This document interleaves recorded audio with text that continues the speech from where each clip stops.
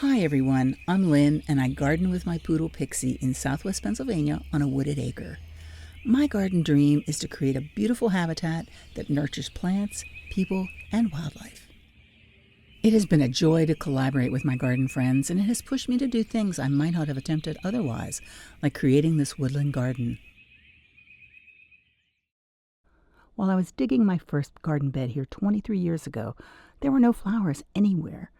A butterfly landed on my flowered shirt over my heart, looking for food.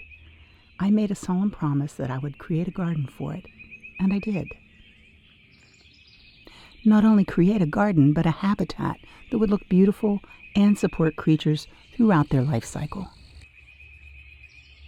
This native mulberry is not only a focal point in my garden, but provides a feast for the birds and other creatures in summer with berries in the tree and on the ground. One of the things that I've learned in building a garden habitat is the importance of host plants for insects, and how these plants can also feed different creatures throughout the season. The wild violets in my garden beds host the fritillary butterfly, and they can tolerate some foot traffic too.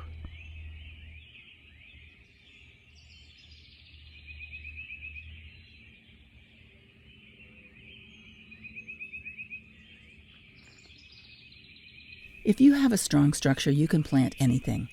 I'm replacing many non-native plants with natives without sacrificing beauty.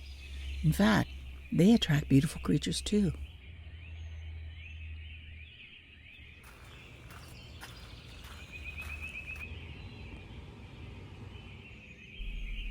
Pixie arrived 2 years ago, and she created a woodland path on our morning walks. Last fall, that path became the woodland walk for a new garden. This spring, a simple tree pruning revealed a dying tree over the house that had to come down. It was completely hollow. The arborist leveled the stump so that I could use it as a planter. They dropped the tree along the edge of the path and chipped the smaller branches to line it. Instant structure. By May, the garden beds began to fill out. Gifts of white violet and giant Solomon seal from a friend were the first to bloom. Several service berries were already growing near the path. I underplanted them with bloodroot and tiarella. Wild violets transplanted in the fall blossomed profusely along with the woodland phlox. I pruned the black cherry trees last fall and was rewarded with beautiful blooms. What to do with the remaining logs from the tree? I was inspired to build a small English stumpery filled with ferns and wildflowers. Pixie was certainly intrigued.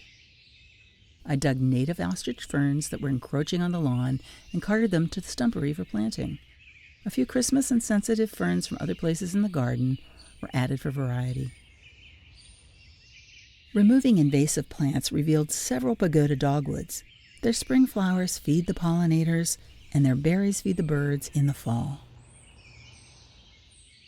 I continued to shop for native plants from my garden, moving them into the new beds. Some bloomed in the spring, and some will bloom this fall.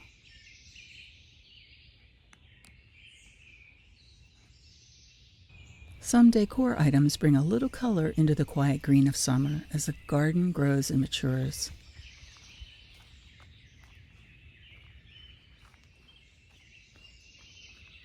I decided that the log could use a few more ferns, so once again I gathered more ostrich ferns, which are very easy to move. Pixie loves to view the woods from here. In early June, days of heavy rain created a misty, foggy morning. Everything became lush and green, so beautifully mysterious.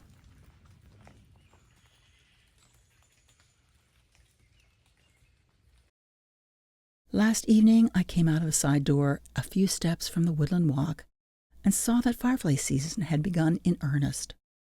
Pixie and I stood in the growing dark as the fireflies rose up from the woodland floor and created magic in the dark. This is what garden dreams are made of.